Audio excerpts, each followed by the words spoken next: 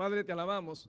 En el nombre de Jesús, mi Dios, te bendecimos, porque, Señor, tu gracia, tu misericordia es nueva cada mañana, Señor, y te agradecemos por este día, porque podemos, Señor, honrarte, podemos alabarte, podemos bendecirte. Y mi Dios, gracias por tu presencia en este lugar. Ayúdanos, Señor, a entender que tú eres un Dios que no cambia y que sigue siendo fiel en este tiempo como fuiste antes, Señor. Te damos gracias y te pedimos que la palabra sea tu Espíritu Santo el que la use en nuestra vida y que, Padre, que por sobre todas las cosas hagamos de este lugar, Señor, glorificando tu nombre y también con una vida edificada y comprometidos contigo, Señor. Te damos gracias, Padre, y te bendecimos en el nombre de Jesús. Amén. Bueno, seguimos con el tema de Josué. Vamos a ir a Josué capítulo 6. Quiero contarle una historia de un hombre que era un hombre aventurero, le gustaba mucho el ir a esquiar, ir a bucear, le gustaba mucho hacer montañismo. Y un día, dice la historia, que él fue a una montaña muy alta, pero las condiciones realmente de la montaña en ese momento para hacer montañismo no eran las mejores.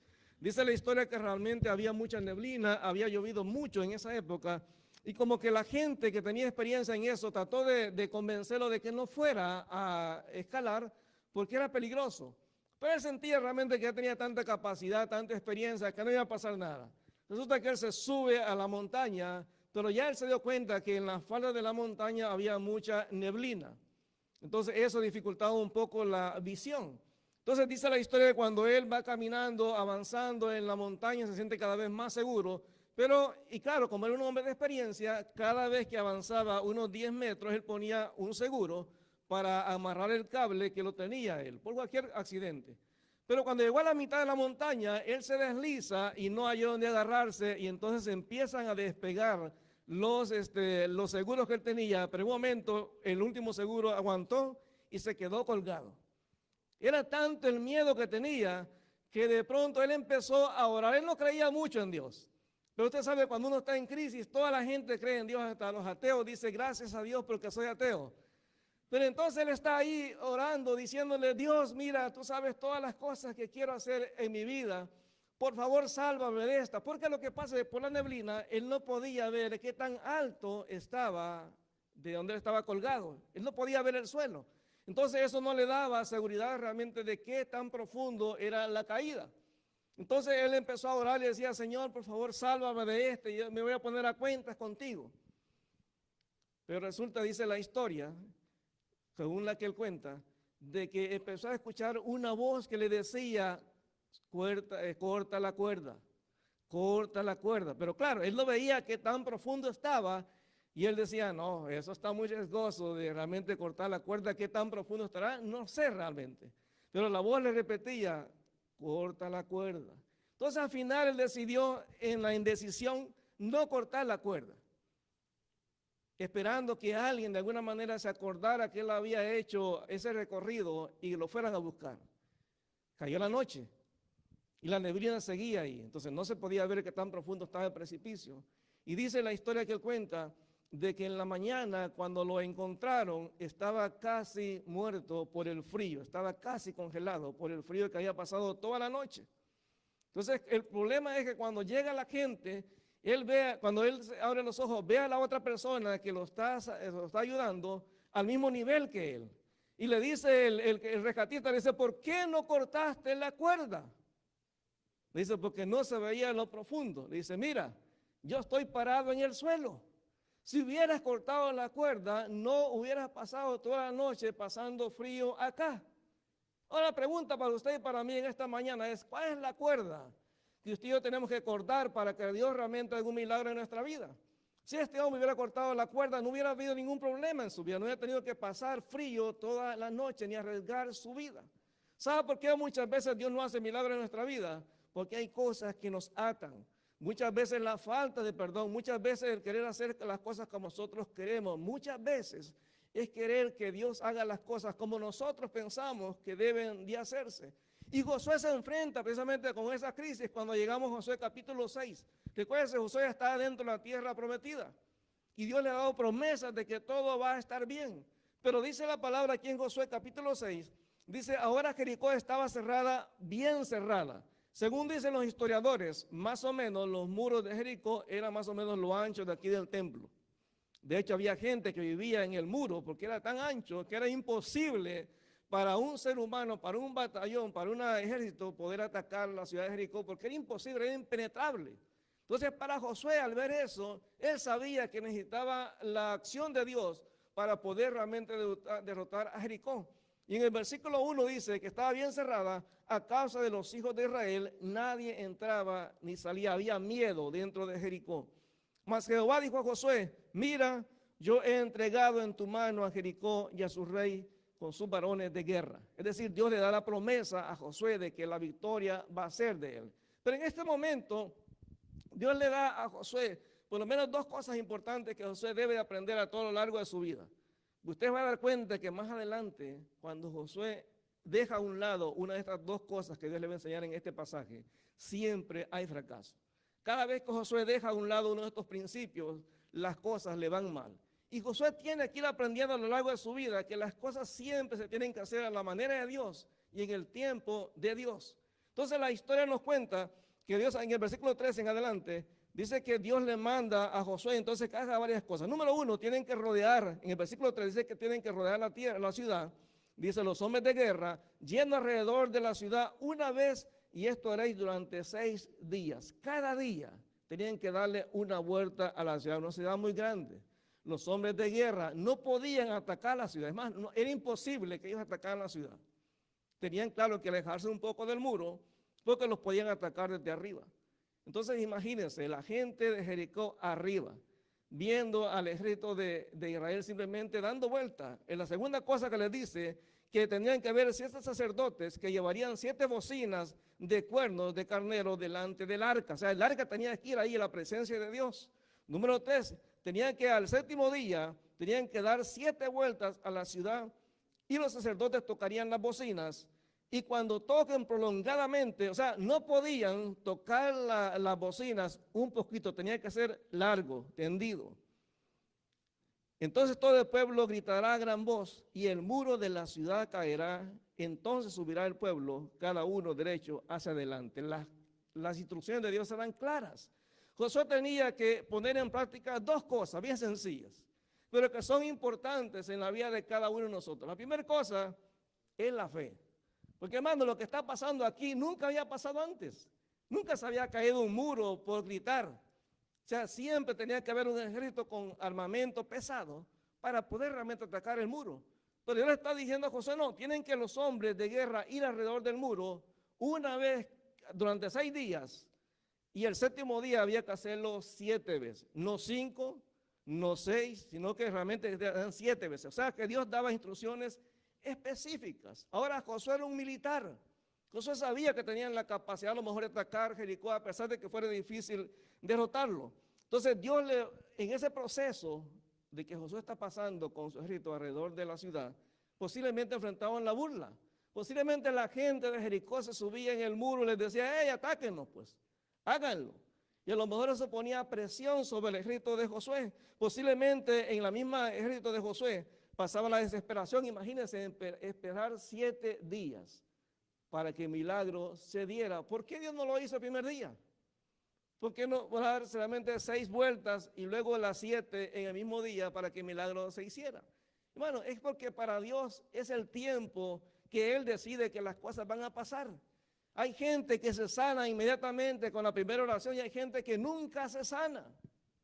Es decir, no podemos manejar a Dios a nuestro antojo. Dios hace las cosas como Él quiere y cuando Él quiere, y siempre Dios sabe lo que es mejor para nosotros. Entonces Josué tenía que aguantarse las burlas, tenía que aguantarse la desesperación, tenía que incluso aguantarse la frustración de no poder usar las armas que tenían ahí. Porque Dios le dijo, nos pueden atacar cuando suenen las trompetas en el 7º día, después de las 7 vueltas. Entonces lo que tienen que hacer es gritar y yo voy a botar el muro. O sea, las cosas tenían que hacer a la manera de Dios. Entonces la primera cosa que Dios le muestra al pueblo es que el pueblo necesita aprender a tener fe, a creerle a Dios. A veces nosotros nos cuesta orar. Yo me recuerdo en mis primeros días en el pastorado, A veces la gente me decía, pastor, no podía ir a mi casa a orar, fíjese que mi hijo está enfermo. Y a mí me daba vergüenza, porque a mí me enseñaron en mi crecimiento cristiano que esas cosas pues no pasan, que Dios realmente ya nos sana, ya no es como antes, pues que Dios hacía milagros. Entonces a mí me daba vergüenza cuando iba a orar y oraba, pero realmente como que no creía que iba a pasar algo. Y me acuerdo que una vez leí un pasaje en los evangelios donde un hombre le dice a Jesús, Señor, ayuda mi incredulidad.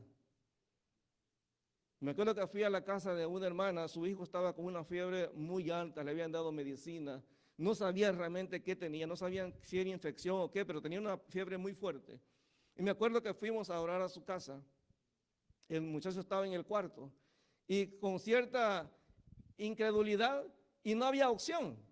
O sea, yo era el pastor y la gente esperaba que el pastor era el que orara. Yo empujaba a mi esposa para que ella orara porque yo decía, no va a pasar nada y me voy a sentir ridículo después. Pero entonces estando en el cuarto dije, Señor, la Biblia dice que tú eres un Dios de milagros. Y aunque a mí me han enseñado en mi denominación que eso no sucede, tú eres un Dios que nunca ha cambiado. Hace milagros si esa es tu voluntad. Me acuerdo que fuimos a la cama de un muchacho, oramos por él, le pusimos las manos encima, no sabíamos dónde poner la mano porque nunca lo habíamos hecho. Y oramos por el muchacho y nos fuimos a la sala a conversar. Y ya salimos ya de compromiso, pues ya oramos. El susto nuestro es cuando vemos que el muchacho sale del cuarto y le dice a la mamá, mamá, tengo hambre. Y le dice, pero no puedes comer si tienes fiebre. Le dice, no, yo me siento muy bien.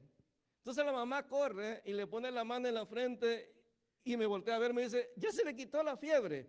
Hermano, yo casi me desmayo porque dije, Señor, gracias por la lección. A veces nos cuesta creerle a Dios. Porque a veces cuando estamos aquí orando le decimos a usted y a todos los hermanos, ponga su mano en la persona que está a la par suya y ore. Porque hermano, Dios no necesita pastores, ni apóstoles, ni profetas para hacer sanidades. Dios sana a través de quien Él quiere y cuando Él quiere. Entonces, es más, muchas veces yo he orado cuando estaba enfermo por mí mismo, he puesto la mano donde está la enfermedad y digo, Señor, sana si es tu voluntad, porque recuérdese, Dios no sana porque alguien en especial ore. Dios sana porque Él quiere sanar y Dios lo ha cambiado. Entonces Josué tiene que aprender lo que es la fe. La fe realmente es aceptar las promesas de Dios, de que lo que Él dice se va a cumplir al pie de la letra. Hebreos capítulo 11, versículo 1. Hebreos 11, 1 dice, es pues la fe, la certeza de lo que se espera, la convicción de lo que no se ve. ¿Cuántos conocen ese versículo? Hermano, ahí está. Pero verdad que a veces nos cuesta cuando ya estamos en los problemas. ¿Verdad que nos cuesta aceptar esa realidad cuando estamos en los problemas? Bueno, Josué tenía las promesas de Dios. Desde el capítulo 1, Dios le viene dando promesas a Josué de la presencia de Dios en su vida. Pero cuando las cosas están así imposibles de solucionar, muchas veces dudamos. Ahora, ¿es pecado dudar de Dios? No, no es pecado, hermano. Grandes hombres de Dios lo hicieron. Grandes hombres de Dios en la desesperación le pidieron a Dios que mejor les quitara la vida, que mejor los matara. Busque a Moisés, incluso Josué más adelante en el siguiente capítulo. Mire Elías. O sea, muchos hombres que conocían a Dios, que tenían una relación íntima con Dios. Hermano, Elías tenía evidencia de que Dios es real. Moisés había hablado con Dios cara a cara. Josué igual, o sea, Dios es real. Pero cuando está en la crisis, las cosas difíciles de la vida, nos cuesta y muchas veces caemos en esa incredulidad. Y Dios es tan paciente con nosotros que a pesar de esa incredulidad, Él decide hacer el milagro a pesar de que nosotros en ningún momento lo merecemos. En 1 Juan capítulo 5, 1 Juan capítulo 5 es impresionante porque este pasaje nos dice que la fe es la puerta de entrada a la salvación. Y todos hablamos de que la fe es importante cuando compartimos el evangelio. Pero es impresionante que este pasaje nos dice que la misma fe que tuvimos para creer en Cristo, para la salvación, es la misma fe que debemos de tener en el día a día. Vean lo que dice. Primera de Juan capítulo 5, versículo 13. Primera de Juan capítulo 5, versículo 13. Dice, estas cosas os he escrito a vosotros que creen en el nombre del Hijo de Dios, para que sepan que tienen vida eterna. El resultado natural de tener fe en Cristo es tener la salvación y la vida eterna. Y dice, y para que creáis en el nombre del Hijo de Dios. Yo creo para salvación, y ahora que soy salvo, sigo creyendo cada día. Lo que dice el versículo 14. Y esta es la confianza que tenemos en Él, que si pedimos alguna cosa conforme a su voluntad, Él nos oye. Y si sabemos que Él nos oye en cualquier cosa que pidamos, sabemos que tenemos las peticiones que le hayamos hecho. El problema es que a veces es más fácil creer en Cristo en el momento de la conversión que creer en Cristo en el día a día. Bueno, todos los días nuestra fe tiene que ir creciendo. Todos los días necesitamos de la protección del Señor. Yo decía que en la semana pasada, cuando veníamos de Quebec manejando, no se veía absolutamente nada en la carretera. Hermano, eso es horrible.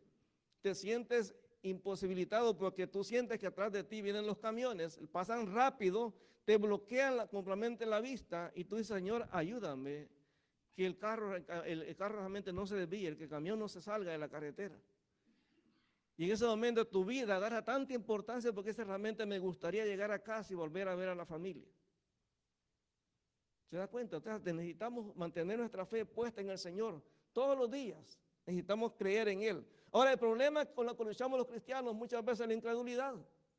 Nos cuesta a veces creer que Dios puede hacer las cosas porque se nos ha enseñado de que el Dios del Antiguo Testamento, el que hacía milagros, ya no es el mismo ahora. Es que no hemos leído la Biblia porque la Biblia dice que Jesucristo es el mismo ayer, hoy y por los siglos. Es el mismo, no ha cambiado, el mismo que sanó a los leprosos, el mismo que dio la vista a los ciegos. La otra vez estaba viendo un video, en África le metieron corte a un pastor en un pueblo. Y es interesante porque quienes le metieron corte fueron las funerarias. Y yo decía, pero ¿cómo pasa eso? Y yo decía, pero me investigué para ver si no era un fraude, porque pasa ese tipo de cosas. Pero es interesante que este pastor era un pueblo muy pobre y la gente estaba muriendo por una plaga. Y entonces al pastor lo invitaron a que fuera a orar por la gente que estaba ya muerta, pues recién habían muerto. Entonces el pastor fue y cuando él ora, no hizo ningún rito, ningún salto, ningún grito, no, él simplemente oró para que Dios hiciera un milagro en la vida de esas personas, porque muchas de esas personas eran madres que estaban dejando a sus hijos solos, madres solteras, que al morirse estaban dejando a sus niños solos. Ahora el susto fue cuando ya estaban estas mujeres en los ataúdes y el pastor empieza a orar, y claro, cuando él ora, pone la mano en el ataúd, porque recuérdense, la persona que está dentro murió por una plaga, entonces nadie lo quiere tocar.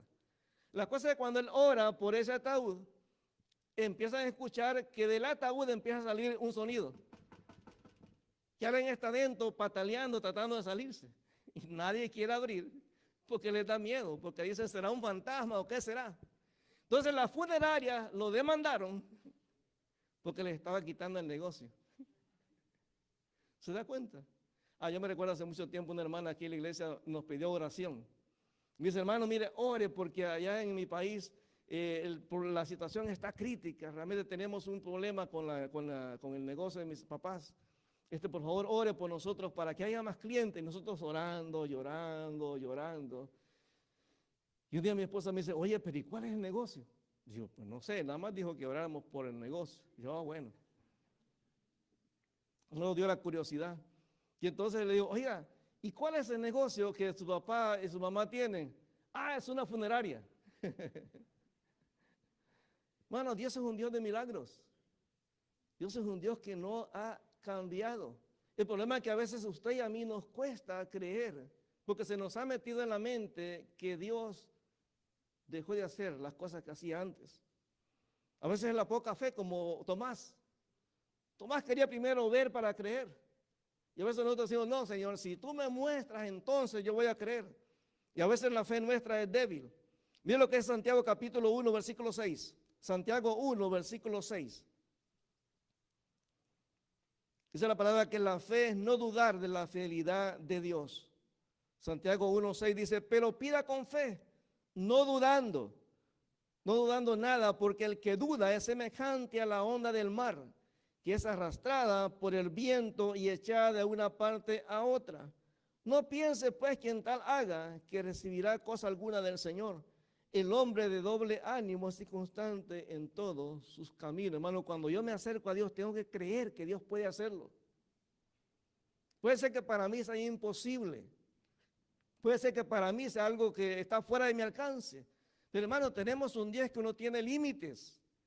La Biblia nos muestra que Dios simplemente daba la palabra y las cosas se hacían. Ahora ese Dios no ha cambiado.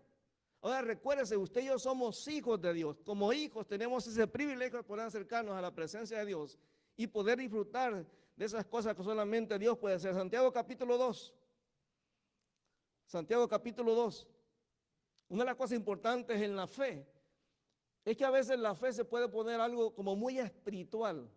Como es que es algo que realmente usted me dice, yo tengo fe, y yo no puedo, en cierto sentido, ver la capacidad o la cantidad de fe que usted tiene. No puedo verla. Yo puedo decirle que yo tengo fe, pero muchas veces es imposible ver qué tipo de fe o cuánta fe realmente tengo. Pero aquí en Santiago, capítulo 2, versículo 14, el apóstol dice que la manera de evidenciar la fe de una persona es a través de las cosas que hace. Si usted me dice, yo tengo fe en Dios, pero usted no ora por milagros, posiblemente su fe simplemente sea una fe religiosa. Si usted me dice, no, yo creo en Dios, pero Dios es el último recurso cuando estamos en crisis, esa fe es una fe de desesperación. Es una fe que no busca a Dios en primer lugar. Y Santiago dice en capítulo 2, versículo 14, hermanos míos, ¿de qué aprovechará si alguno dice que tiene fe y no tiene obras? ¿Podrá la fe salvarle? Y mire, es interesante porque el ejercicio que hacemos en la iglesia de orar unos por los otros, yo le animo que en la casa hagámoslo. Y cuando hay una necesidad en la casa, no diga, bueno, voy a llamar al pastor o al anciano para que ore. Hermano, si usted me llama, yo voy a orar por usted. Pero nunca voy a orar con la misma fuerza que va a orar usted, porque usted es la persona interesada. O sea, mucha gente tiene problemas y lo que hace es poner la carga en otras personas. No, hermano. Si a mí me interesa, yo voy a poner mi corazón en esa oración. No es lo mismo que alguien te diga, mira, ora por mi mamá que esté enferma, a que esa persona, ese hijo o esa hija esté orando en la cama de su mamá que esté enferma, con esa pasión para que esa enfermedad se vaya. O sea, por eso Santiago dice, hermano mío, ¿de qué aprovechará si alguien dice que tiene fe y no tiene obras? ¿Podrá la fe salvarle? Y si un hermano o una hermana están desnudos y tienen necesidad de mantenimiento de cada día, y alguno de vosotros le dice, id en paz, calentados y saciados, pero no les dais las cosas que son necesarias para el cuerpo, ¿de qué aprovecha? Así también la fe, o sea, si usted alguien viene con necesidad, dice, tengo hambre, y usted le dice, bueno, voy a orar por ti para que Dios te provea. Y usted está en ese momento cocinando o tiene su parte de comida, le dice, no, ¿sabes qué? Voy a orar por ti. Y no le da. Es imposible que usted diga que esa persona es valiosa para usted. Es lo mismo con la fe. Yo no puedo decir que tengo fe si no la pongo en práctica. Por eso el versículo 17 dice, así también la fe, si no tiene obras, es muerta en sí misma. Pero alguno dirá, tú tienes fe y yo tengo obras. Muéstrame tu fe sin tus obras y yo te mostraré mi fe por mis obras. Tú crees que Dios es uno, bien haces. También los demonios creen y tiemblan. Yo quiero decirle esto, hermano, mire, decir que uno cree en Dios es importante, pero eso no cambia nada. Mucha gente dice creer en Dios, pero no quiere realmente una relación personal con Jesucristo. Mucha gente dice que va a las iglesias y dice, no, si yo creo en Dios, soy cristiano. Sí, pero son personas que no quieren realmente un compromiso con Dios. Entonces, el creer en Dios no es lo que cambia la vida de las personas. Lo que cambia la vida de las personas es tener la fe que Jesucristo murió en la cruz del Calvario, y que cuando pongo mi fe en Él, yo recibo la salvación y la vida eterna. Pero yo no puedo pretender que tengo fe en Jesucristo y vivir viviendo de la misma manera que vivía antes. No puedo. Si usted es cristiano y dice, yo tengo 20 años de cristianismo. Hay gente que dice, no, yo nací en un hogar cristiano, fantástico. Pero nacer en un hogar cristiano no te hace cristiano. Como tampoco alguien que nace en un hospital lo hace médico. O el que nace en un taller lo hace mecánico. No, hermano. sea, lo que hace realmente a una persona creyente es el nuevo nacimiento que viene a través de la fe en Jesucristo. ¿Cuál es el problema? A veces no vemos milagros porque no conocemos al Dios de milagros. No es nuestro Dios personal. Hemos escuchado de Él, como decía Job, pero no lo conocemos personalmente. Por eso decíamos el domingo pasado, que cuando nos conformamos con solamente lo que recibimos el domingo o el viernes, para los que vienen el viernes, en la iglesia, eso es muy poco, hermano. Imagínense en lo físico, imagínense que usted y yo solamente tuviéramos oportunidad el viernes venir y comer lo que quisiéramos. Comer pizza, comer tacos, comer pupusas, comer arepas, ropa vieja, lo que usted quiera, comer de todo lo que quiera. Y luego el domingo a las 12 usted viene y come todo lo que quiera, pero el resto de la semana no come nada. ¿Cómo estaríamos? Bien delgaditos, bien figuritas. Pero ¿verdad que no queremos? ¿Cómo siente uno cuando llega el momento de la comida? Por lo menos a mí me pasa, a lo mejor yo soy el único pecador aquí. Pero a mí, hermano, el comer, yo creo que fue el viernes, ¿verdad, amor? Llegamos a la casa, llegamos como a las 12, más o menos después del ensayo de alabanza, y teníamos algunas actividades que hacer el día sábado, nos acostamos a las 2 de la mañana. Y a esa hora, hermano, el hambre estaba ahí presente, en esa hora nos podemos a cocinar, a hacer unas quesadillas mexicanas, y mi esposa nunca come, pero el hambre era tan fuerte que dijo, bueno, está bien, me voy a comer aunque sea unas quesadillas. Hermano, el hambre es desesperante. Así tendríamos que sentirnos con la palabra de Dios, con la presencia de Dios. Tener esa desesperación de estar en su presencia. Tener esa desesperación de leer la palabra. Tener esa desesperación de conocerlo más y más. Pero si nos conformamos solamente con lo que recibimos el domingo o el viernes.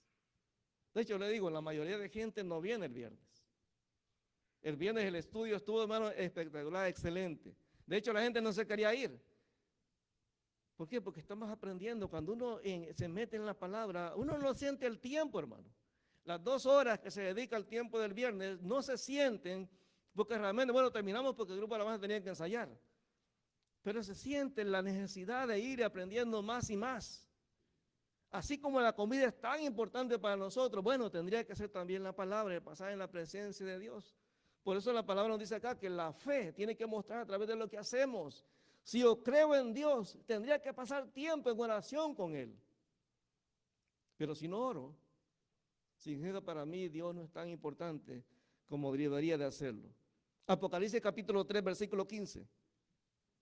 Apocalipsis 3:15, vea lo que dice, por favor. Vea lo que dice Dios a esta iglesia.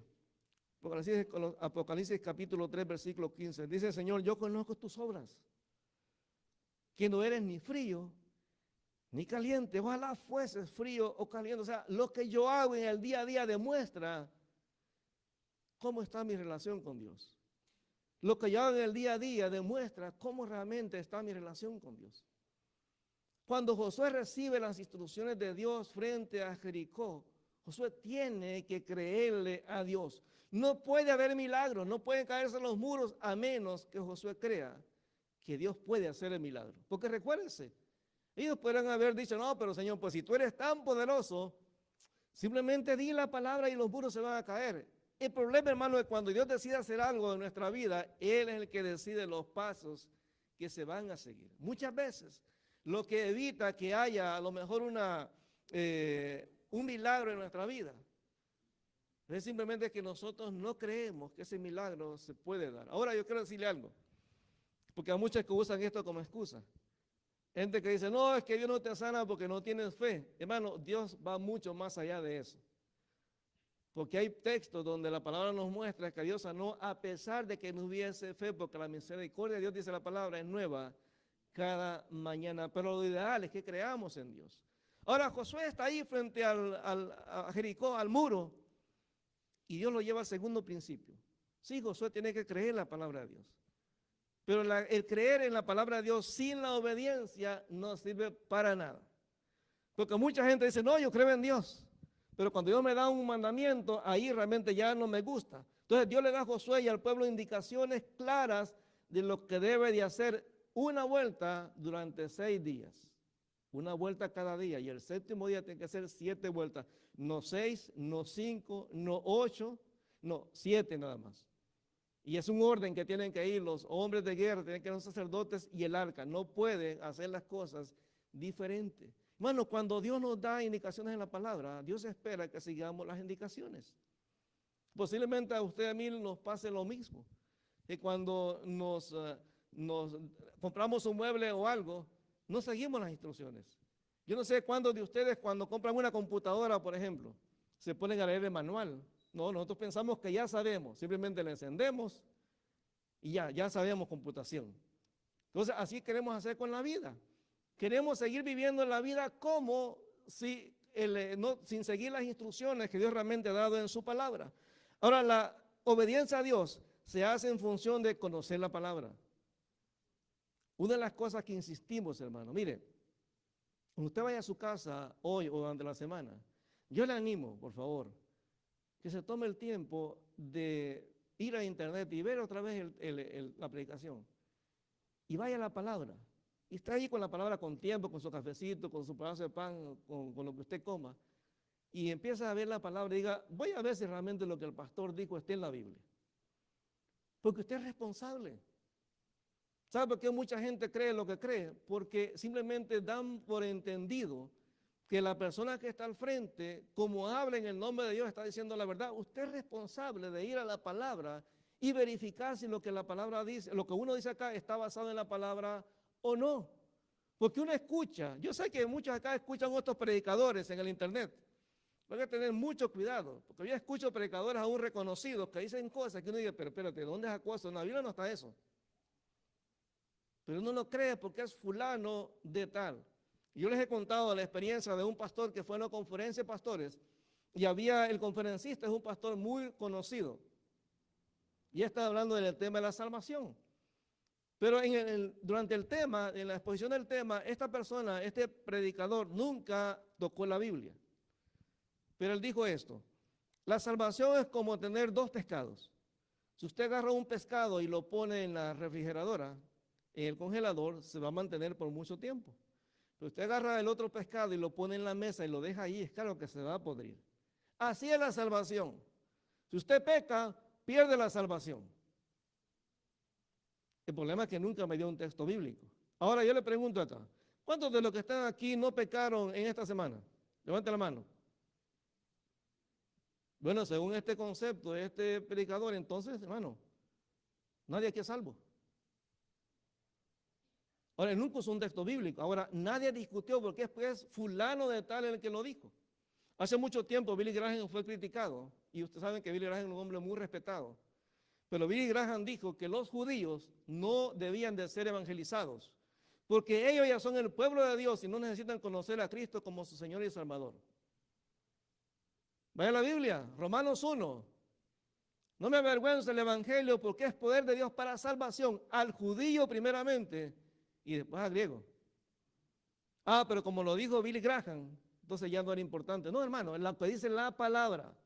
Entonces, por eso la obediencia tiene que ver con conocer la palabra de Dios y aceptar la autoridad de Dios en mi vida. Porque cuando Dios habla, reentendamos, no está hablando cualquier persona, está hablando Dios, no el hijo del vecino. O sea, no importa, hermano, lo que digamos los líderes, lo importante es lo que dice la palabra. Así que la obediencia es hacer lo que Dios dice sin cuestionar, sin preguntar por qué o para qué, y es seguir las indicaciones al pie de las letras. Ahora, quiero decir algunos principios importantes. Número 1, todos obedecemos a algo o a alguien. Todos. Su trabajo, ¿verdad? Que usted no puede llegar a la hora que quiere, ni hacer lo que usted quiera. Cuando usted llega a su trabajo, el jefe le da la indicación de lo que va a hacer. Ahora usted no se pone con su jefe a decirle, bueno, espérate, hoy yo no quiero hacer eso, porque hoy es lunes, ponme a hacer otra cosa. No, hermano, usted tiene que someterse a la autoridad del jefe. Cuando va al hospital, hermano, usted se ha sometido a la secretaria del médico. Ella decide cuándo usted va a entrar. Es así.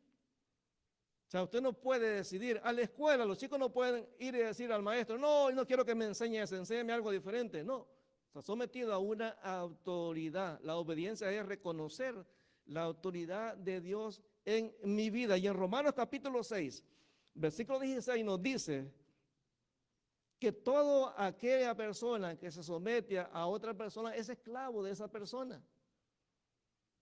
Hay personas que están pendientes de lo que otras personas dicen y viven haciendo lo que esas personas dicen sin verificar si lo que dice la palabra está de acuerdo con lo que esa persona dice. Mire cuánto predicador dice que si usted no tiene dinero en la cuenta del banco, usted es un pecador. Si usted no tiene un carro del año, usted tampoco no es un hijo de Dios, porque un hijo de Dios jamás puede tener un carro usado. Jamás puede tener un trabajo ganando el mínimo. Jamás puede estar enfermo. Hay predicadores que dicen, usted está enfermo porque está en pecado. Imagínense, todos somos pecadores acá. Y es cierto, todos somos pecadores, pero no es por la enfermedad. La enfermedad es algo natural en el ser humano. Todos estamos enfermos de algo, man. Hay cosas que van a llegar en su vida, lo quiera o no lo quiera. Cuando uno pasa los 40, se acabó la garantía, hermano. Empiezan los achaques. Ya le empieza a doler la cabeza. Ya uno cuando lee así ya ni el celular, hermano. Fíjense, yo creo que lo que va a ser la venta, la mejor venta que va a hacer la gente, los negocios de electrónica va a ser las tabletas. Porque en la tableta la pantalla es más grande y usted puede agrandar la letra. Porque ya en el celular aún uno ve la Biblia y así los hermanos tratando de leer Juan 3:16. ¿Por qué? Porque es lo normal, hermano. Es lo normal de la vida. Entonces aquí en Romanos capítulo 6, el apóstol Pablo dice, Romanos 6:16, dice, no saben que si se someten a alguien como esclavos para obedecerle, son esclavos de aquel a quien obedecen, sea del pecado para muerte o sea de la obediencia para la justicia. Todos estamos sometidos, hermano, en este mundo. Eso de la libertad es mentira, hermano. Todos. Por mucha libertad que tengamos en este país, usted no puede entrar a cualquier lugar. Usted tiene sus limitaciones. Usted no puede correr a la velocidad que usted quiera en la carretera. El jueves que veníamos de Quebec, yo venía, mire, como a 120, creo. Quería llegar rápido a Montreal. Pero allá a lo lejos veo unas luces ya conocidas de la policía, entonces empecé a frenar. Cuando paso, a mí me dio risa, lo reconozco, me burlé de los que estaban ahí, porque habían 4 carros de policía con 4 fulanos ahí detenidos. Y uno ve la cara del chofer, la cara de pocos amigos, enojado porque el policía lo paró a alta velocidad. ¿Y sabe cuánto es el ticket ahora de alta velocidad? A ver, testimonio, hermanos. Alguien que lo haya agarrado por ahí. O usted diga, no, bueno, yo escuché que es tanto. Bueno, yo escuché de alguien que lo agarraron, creo que en Decarí, cerca de 200 por hora. Y le pusieron casi $2,000 de multa. ¿Sabe que en la licencia uno tiene 15 puntos? Bueno, a este le pusieron 18, o sea que debía 3 de la siguiente licencia.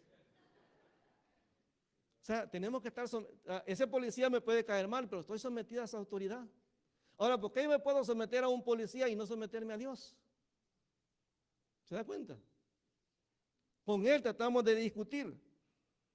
Ahora, cada uno de nosotros, hermano, tiene una manera de pensar y no lo podemos negar eso. Como dicen por ahí, cada cabeza es un mundo, y eso es cierto. Y usted tiene derecho a pensar lo que usted quiera.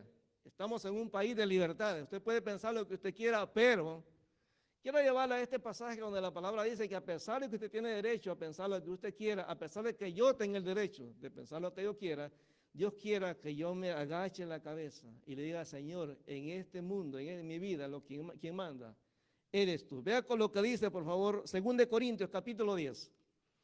2 Corintios capítulo 10, versículo 3. Porque en este pasaje se nos lleva a entender que a pesar de tener la libertad de pensar, la libertad de hacer lo que quiera en mi vida, yo tengo que, como creyente, tomar la decisión de poner cada decisión a los pies de Dios. Vea lo que dice 2 Corintios capítulo 10, versículo 3. Pues aunque andamos, dice Pablo, en la carne, no militamos según la carne. Porque las armas de nuestra milicia no son carnales, sino poderosas en Dios para la destrucción de fortalezas, derribando argumentos y toda altivez que se levanta contra el conocimiento de Dios y llevando cautivo todo pensamiento a la obediencia a Cristo. Hermano, nosotros como creyentes debemos ser obedientes. ¿A quién, hermano? A Cristo. O sea, yo puedo decirle al Señor que lo amamos y que creemos en Él y que es lo más importante, pero ¿dónde se muestra eso en práctica? Es en el día a día. Estamos trabajando ahorita preparando la cuestión del evangelismo. Pues el hermano Milier es el encargado del evangelismo. Hermano, necesitamos alcanzar a gente para Cristo. Como iglesia tenemos que empezar a abrirnos al hecho de que estamos en una sociedad donde aquí se habla inglés y francés, hermano. Ese es el día a día. En el trabajo eso es lo que hablamos. Entonces necesitamos realmente alcanzar a esa gente que está allá, que se está perdiendo. Porque cada persona, sin importar la cultura, hermano, con el francés podemos alcanzar a muchas culturas. Podemos cantar a los árabes, a los libaneses, muchos africanos, a los belgas, a los franceses, a los haitianos. Hermano, podemos alcanzar muchas culturas. ¿Quién le dijo a usted que solamente tenemos que alcanzar latinos? No, hermano. Estamos en una cultura, nuestro día a día es hablar en francés. En los trabajos hablamos francés. Ahora, ¿cuánta gente de esa nunca ha tenido la oportunidad de conocer a Cristo? Mucha. Ahora, ¿conocemos nosotros que la Biblia dice que tenemos que llevar el evangelio a toda criatura? Sí lo sabemos. Ahora, ¿por qué no lo hacemos? Porque ponemos la excusa, no, que seamos evangelizando y la persona que me sale no habla español. No le puedo compartir el evangelio. Bueno, ¿y dónde dice en la Biblia? Vayan por todo el mundo y prediquen solamente a los de su cultura. Colombianos con colombianos, cubanos con cubanos. No, hermano. ¿Sabes quiénes llevaron el evangelio a nuestros países? Los gringos. No hablaban español. ¿Sabes que en el seminario donde estudiamos con mi esposa, el hermano que fundó el seminario nunca habló español? Él era danés, de Dinamarca. Y según cuenta la historia, él pasaba por ese terreno porque su corazón era alcanzar a los latinos, a los mexicanos. Y dice la historia que él usaba a un pastor mexicano para que le tradujera el mensaje del inglés al español. Pero él no quería alcanzar ingleses, sino que quería a los latinos. Era el llamado de Dios para su vida. Y él pasaba por ese terreno todo el tiempo, que está cerca de Edinburgh, Texas, cerca de la frontera con Reynosa. Y él empezó a orar a Dios, porque hay una foto donde él está bajo un arbusto orando para que Dios le deje terreno para abrir una escuela bíblica para preparar a pastores mexicanos. Y con el tiempo le regalaron el terreno, un terreno de cultivo, y ahí se abrió el seminario. Y empezó el seminario. Cuando nosotros llegamos, bueno, cuando yo llegué a estudiar, estaba el seminario cumpliendo 50 años. Y en ese tiempo ya había cambiado.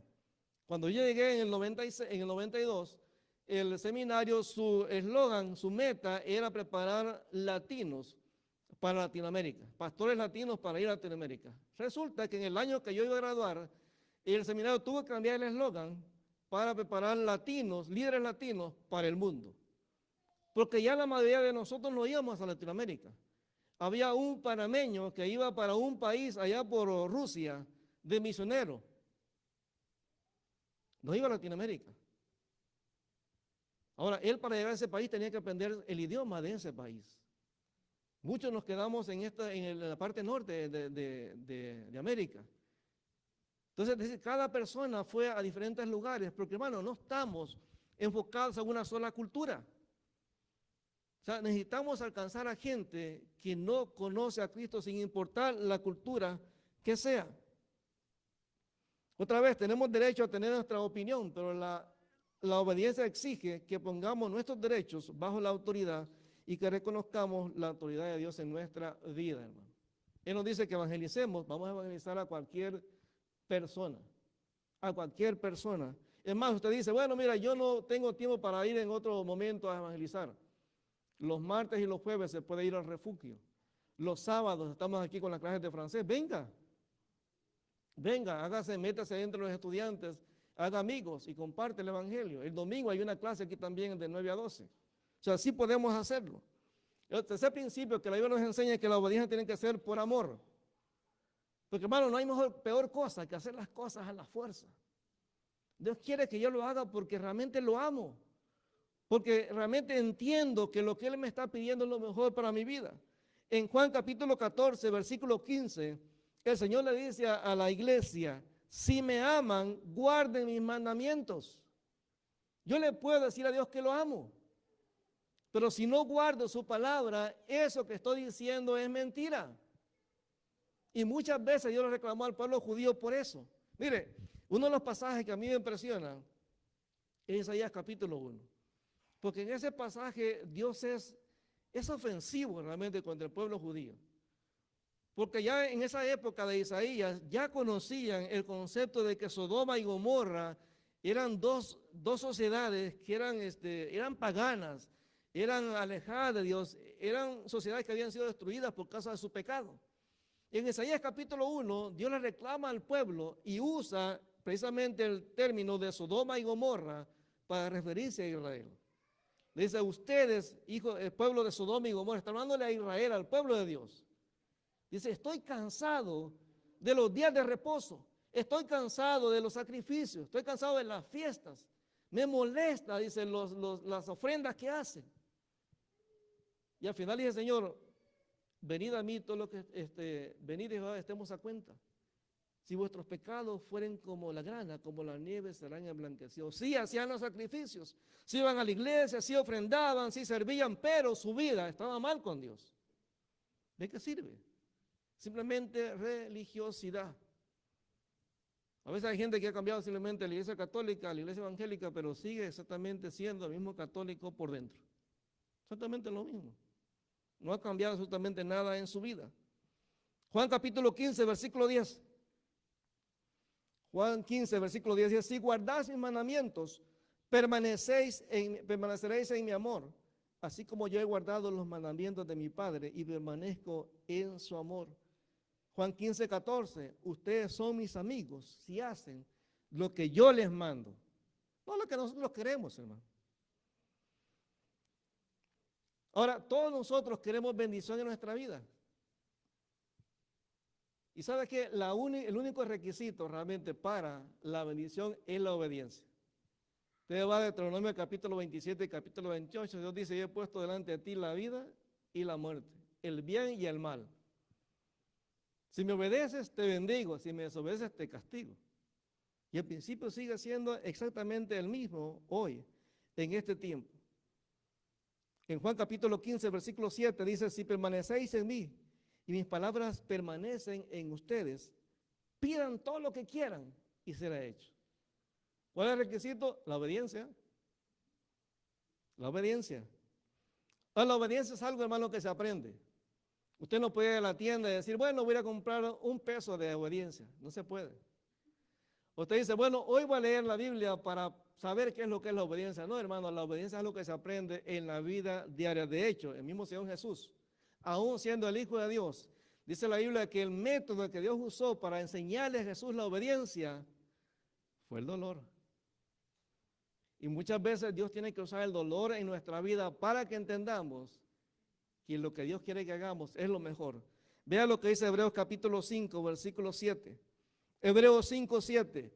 Dice: y Cristo, en los días de su carne, o sea, mientras estaba aquí en la tierra, ofreciendo ruegos y súplicas con gran clamor y lágrimas, al que le podía librar de la muerte, fue oído a causa de su temor reverente. Está hablando cuando Jesús, ahí en Mateo 26, está en el huerto de Getsemaní orándole al Padre para que lo libre de ir a la cruz. Pero el versículo 8 dice: y aunque era hijo, por lo que padeció, aprendió la obediencia. O sea, Jesús, cuando nos manda que obedezcamos, es porque Él sabe lo que es la obediencia. Cuando Jesús le dice al Padre: Señor, que no se haga como yo quiero, sino como tú quieres.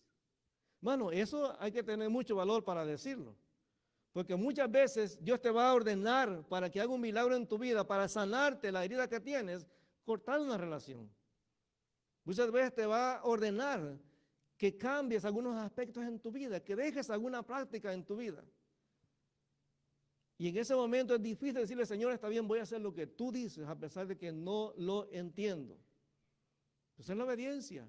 No murmurar, no criticar, no pedirle cuentas a Dios. ¿Por qué Dios me está diciendo que haga algo que a lo mejor yo no entiendo? ¿Por qué tengo que hacerlo?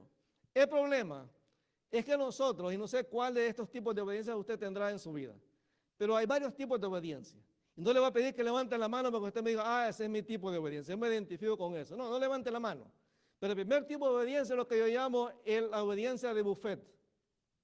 ¿Cuántos han ido a un buffet aquí a comer? No han ido a un buffet chino, o el mandarín, o el internacional. Bueno, usted va y come de lo que usted quiera. No hay límite, coma lo que usted quiera. Bueno, hay gente que ve la palabra como un buffet. ¿Qué significa? Que la persona decide qué mandamientos obedecer. Bueno, es que eso del Antiguo Testamento ya no funciona ahora. ¿Sabe cuánta gente dice, bueno, es que el diezmo es del Antiguo Testamento? Bueno, arranquémoslo. ¿Sabe que existe en la iglesia la doctrina nomista?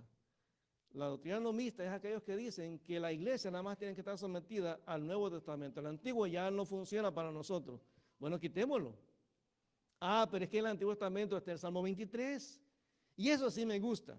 Entonces empezamos a escoger qué parte de la Biblia aceptar y qué parte no. No, hermano, la palabra es completa de Génesis hasta Apocalipsis, es palabra de Dios. Toda la escritura es inspirada por Dios y útil para redarguir, para corregir, para instruir en justicia, a fin de que el hombre de Dios sea preparado para toda buena obra.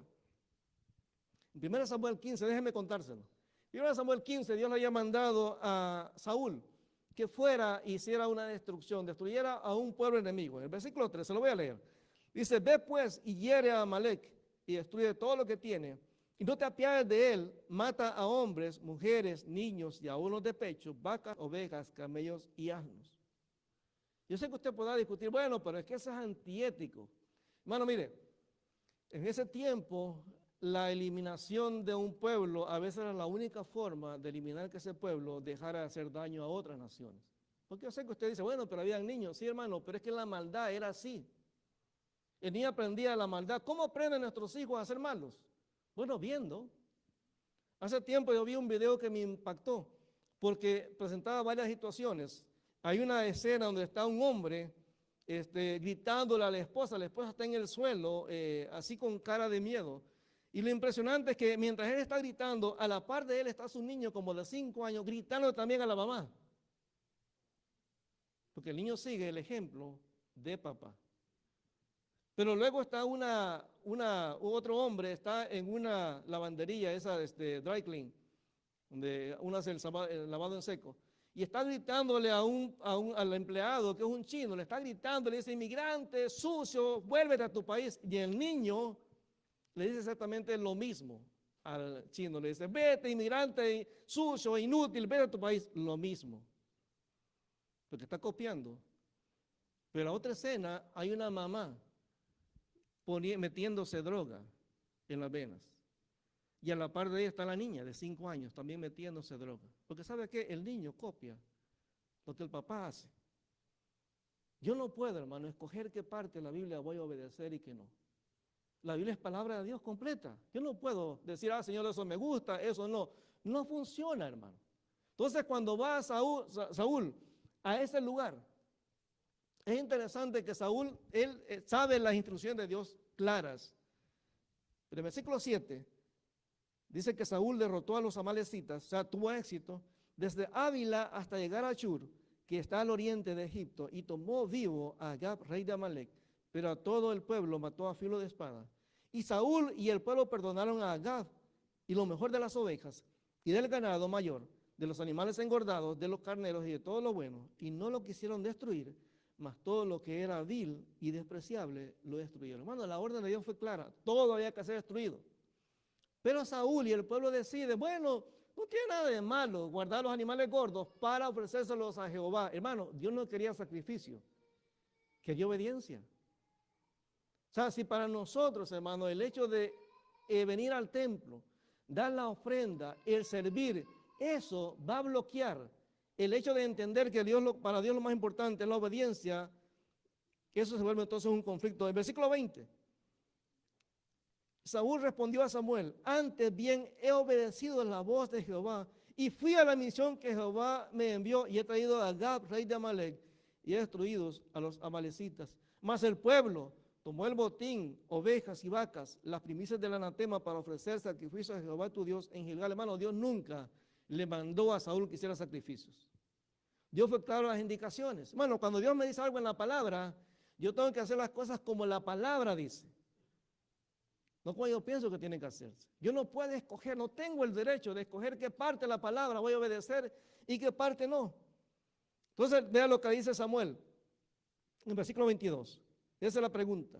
¿Se complace Jehová tanto de holocaustos y víctimas como en tanto que se obedezca a las palabras de Jehová? Ciertamente el obedecer es mejor que los sacrificios y el prestar atención mejor que la grosura de los carneros. Porque como pecado de adivinación es la rebelión y como ídolos e idolatría la obstinación.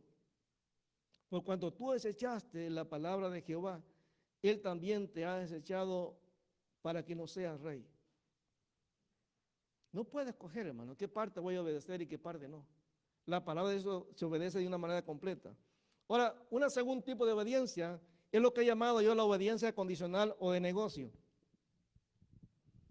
La obediencia condicional o de negocio. Este tipo de obediencia es aquella en la que la persona quiere hacer un negocio con Dios. Es aquel tipo de obediencia donde la persona le dice a Dios, bueno, Señor, te voy a obedecer si me das lo que yo necesito. Señor, si me das un buen esposo, te voy a obedecer. Señor, si me das el trabajo que necesito, te voy a obedecer. Señor, si me sanas, te voy a obedecer. Señor, si me vuelves más bella, te voy a obedecer. Señor, si me ayudas a adelgazar, te voy a obedecer. Señor, si me ayudas a engordar, porque algunos necesitamos engordar, te voy a obedecer. Y tratamos de hacer negocio con Dios, hermano. Ahora, ¿cómo se siente usted como padre cuando su hijo le viene a decir, mira papá, bueno, yo voy a hacer mi cuarto si me compras los zapatos que quiero de $200? ¿Qué le dice usted? No funciona, hermano.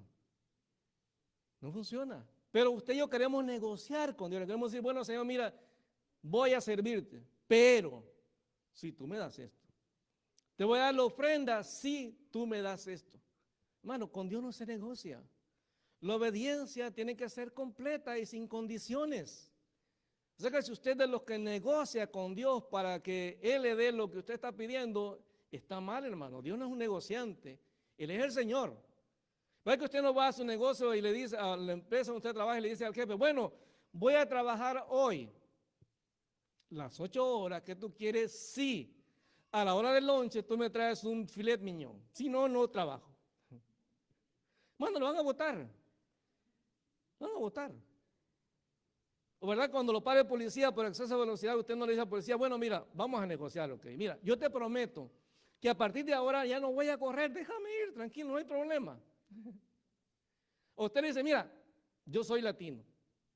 Hagamos las cosas como se hacen en mi tierra.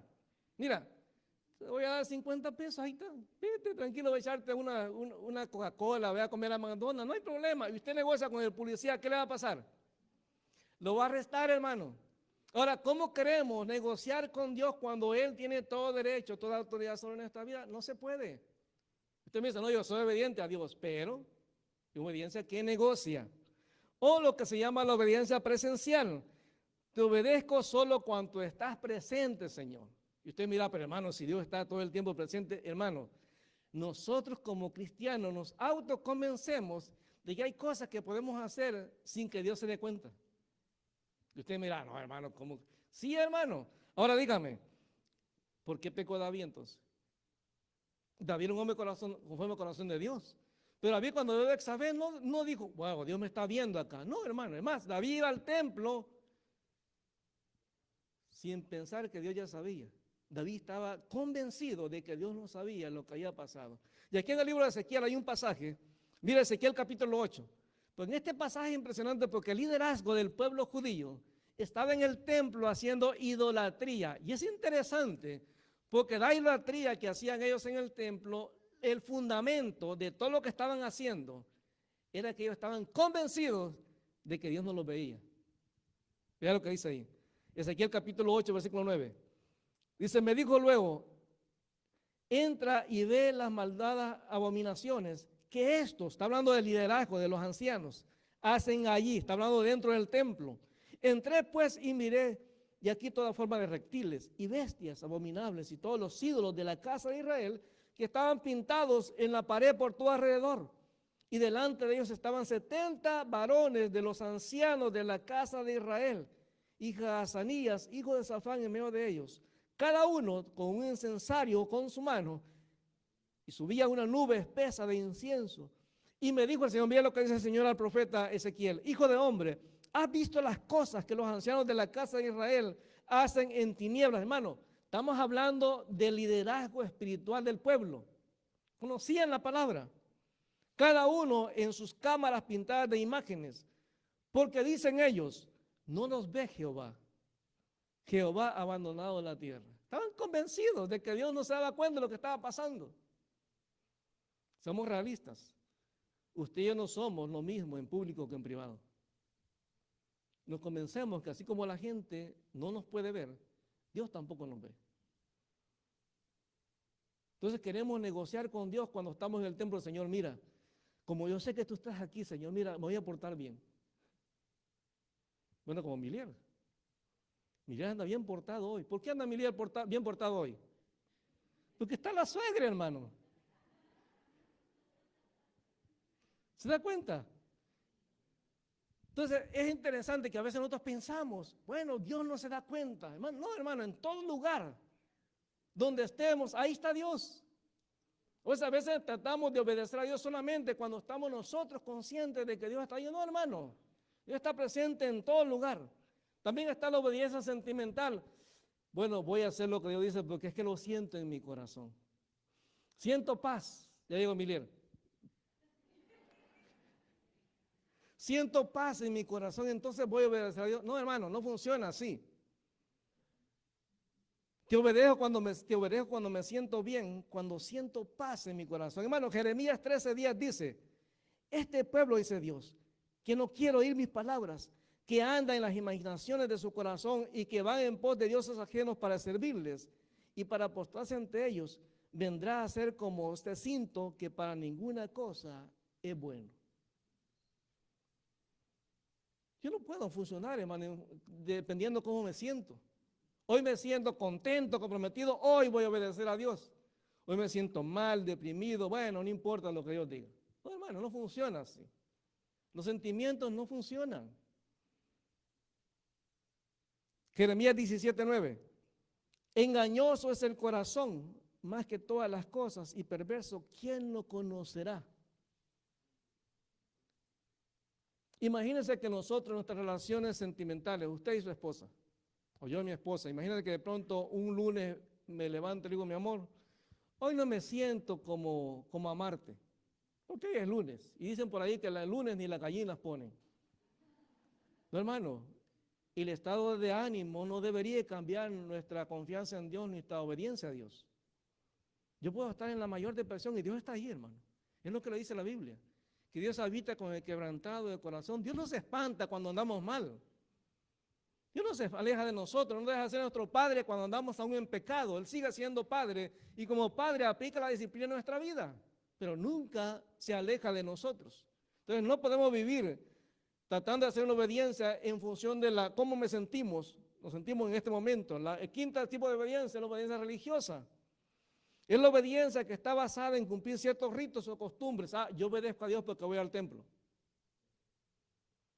Pero, hermano, qué bueno que viene al templo. Qué bueno que servimos. Qué bueno que damos la ofrenda. Qué bueno que damos a otras personas. Qué bueno.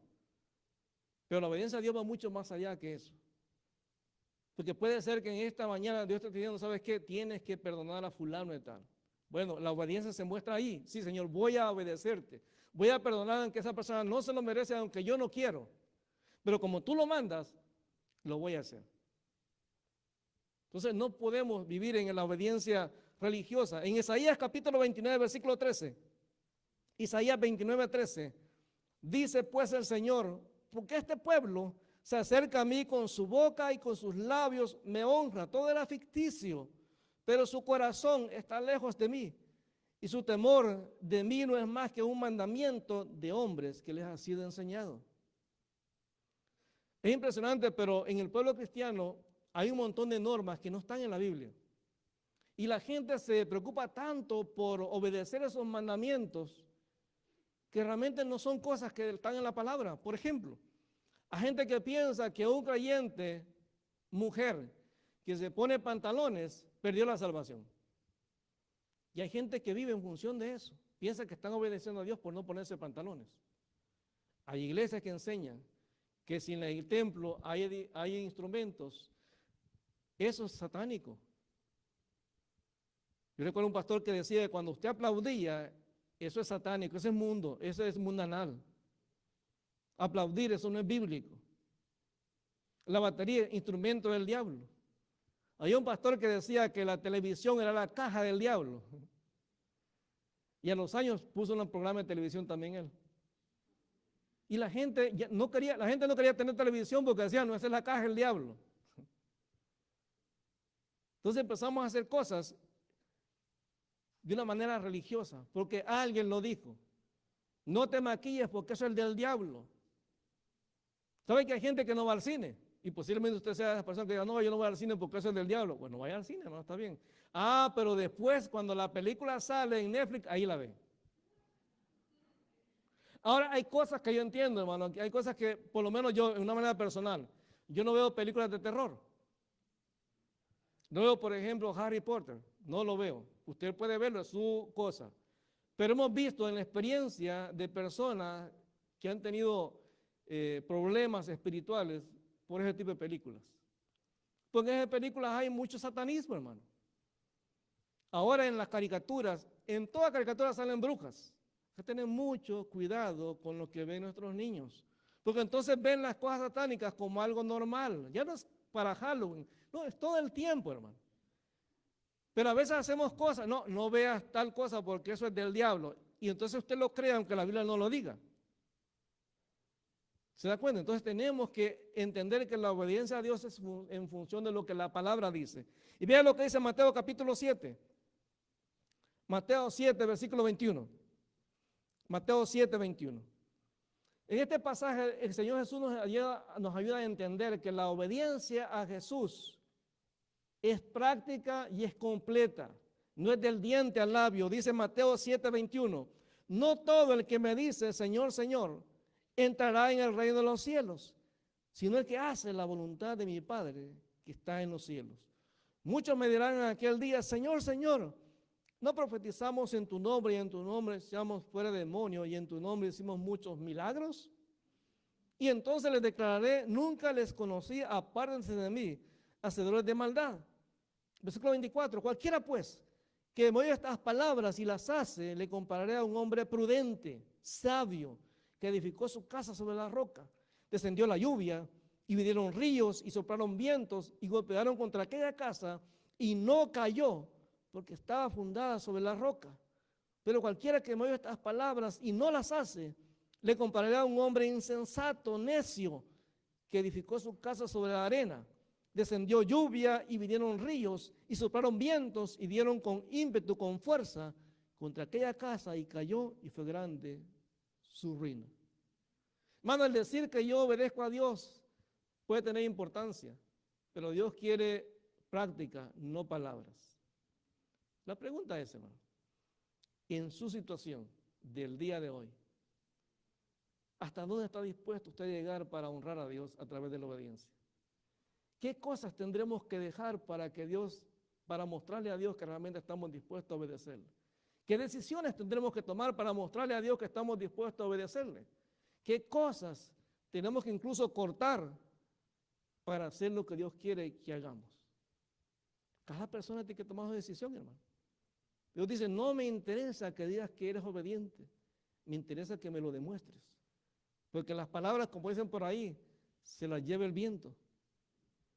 Cuando lleguemos al cielo, hermano, y Dios me pida cuenta, diga, bueno, ¿por qué no hiciste lo que te había mandado? Y le digamos, bueno, Señor, es que yo no sabía. Va a aparecer esta fecha. ¿Qué fecha es hoy, hermano? Perdón. 26, creo, ¿no?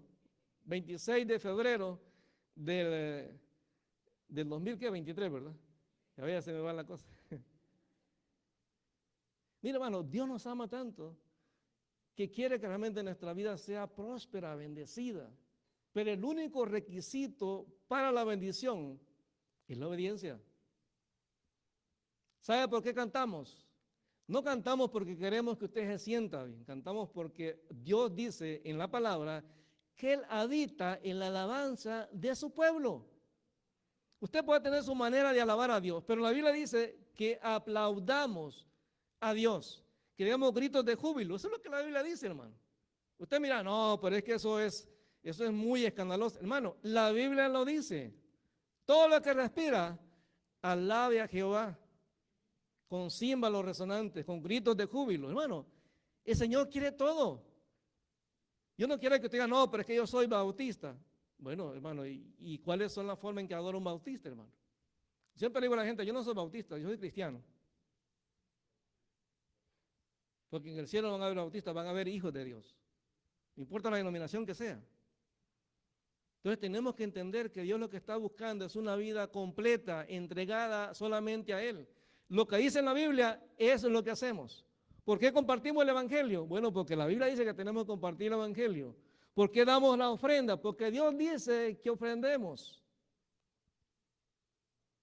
¿Por qué ayudamos a la iglesia en Nicaragua y en Cuba? Bueno, porque Dios dice que hagamos las misiones hasta lo último de la tierra. Yo no puedo ir a Cuba, ni puedo ir a Nicaragua, pero ellos sí pueden hacer la obra allá.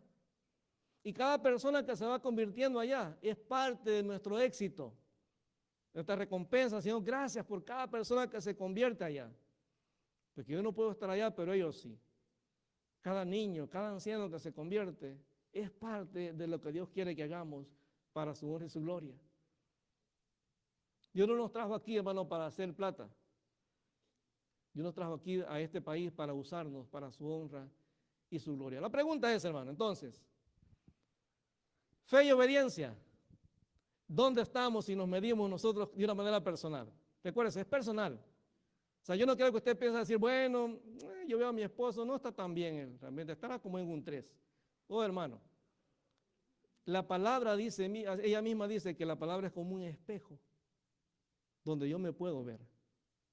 Y la palabra me muestra realmente dónde yo estoy mal y yo tengo que verme en el espejo de la palabra y decir, Señor, perdóname.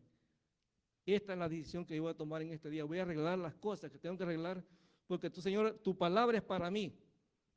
Cada uno de nosotros tiene que tomar la parte que le corresponde y tomar decisiones en función de esa que Dios le está pidiendo, ese cambio que Dios está pidiendo que haga en nuestra vida, en la vida de cada uno de nosotros. Así que, Padre, te alabamos en el nombre de Jesús. Dios, te damos gracias por la confianza que tú tienes en nosotros, Señor. De que, Padre, vamos en esta mañana a tomar la decisión adecuada. Que en esta mañana vamos a decidir de una manera correcta, Señor, de tener fe en ti a pesar de que veamos las cosas difíciles, Señor, de cambiar. Aquello que vemos que ya no tiene esperanza, Señor. Aquella relación que ya jamás, que pensamos que nunca va a cambiar. A lo mejor ese hijo, Señor, que nosotros pensamos que nunca va a volver a tu redil. Padre, perdónanos, ayúdanos a tener fe de que tú amas más a nuestros hijos de lo que nosotros podemos amarlos. Padre, mira, Señor, cada familia, mira cada hombre, Señor, cada mujer. Cada uno de ellos es valioso para ti, Señor, cada joven, Señor, cada niño. Padre, gracias porque la sangre de tu Hijo Jesucristo fue derramada en la cruz del Calvario por cada uno de nosotros, Señor. Nos diste muestra de ese amor que tienes para con nosotros. Y Padre, ese Dios que nos salvó, es ese Dios que quiere obrar en nuestra vida todos los días. Gracias, Señor, en el nombre de Jesús. Gracias porque tú eres un Dios bondadoso. Gracias porque tú eres un Dios, Señor, que no cambia. Amado hermano, el compromiso con Dios es muy personal. Ahí donde estás, dile, Señor, gracias por mostrarme cada día tu fidelidad, Señor. Señor, perdóname por las veces en las que he dudado y gracias porque a pesar de mis dudas, nunca me has dado la espalda. Señor, perdóname por las veces que he decidido escoger qué cosas de tu palabra obedecer y qué cosas no, Señor. Perdona por cuando le doy importancia a las cosas religiosas y no a lo que tu palabra dice. Perdóname cuando decido que mis sentimientos decidan si te obedezco o no. Perdóname, Señor,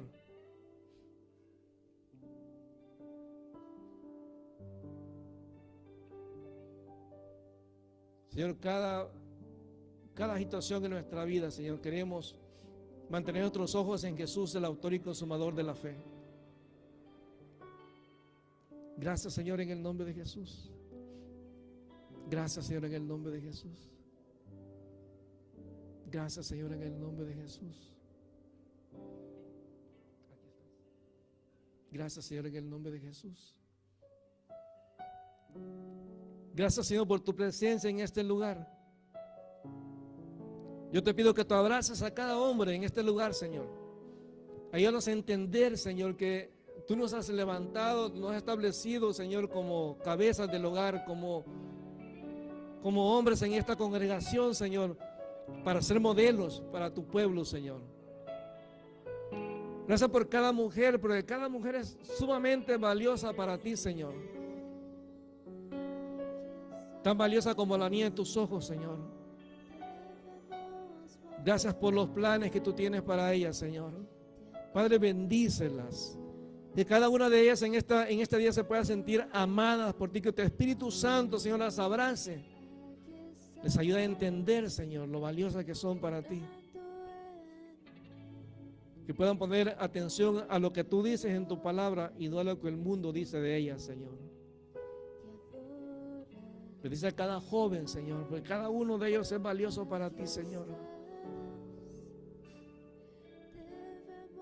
Gracias, Señor, en el nombre de Jesús.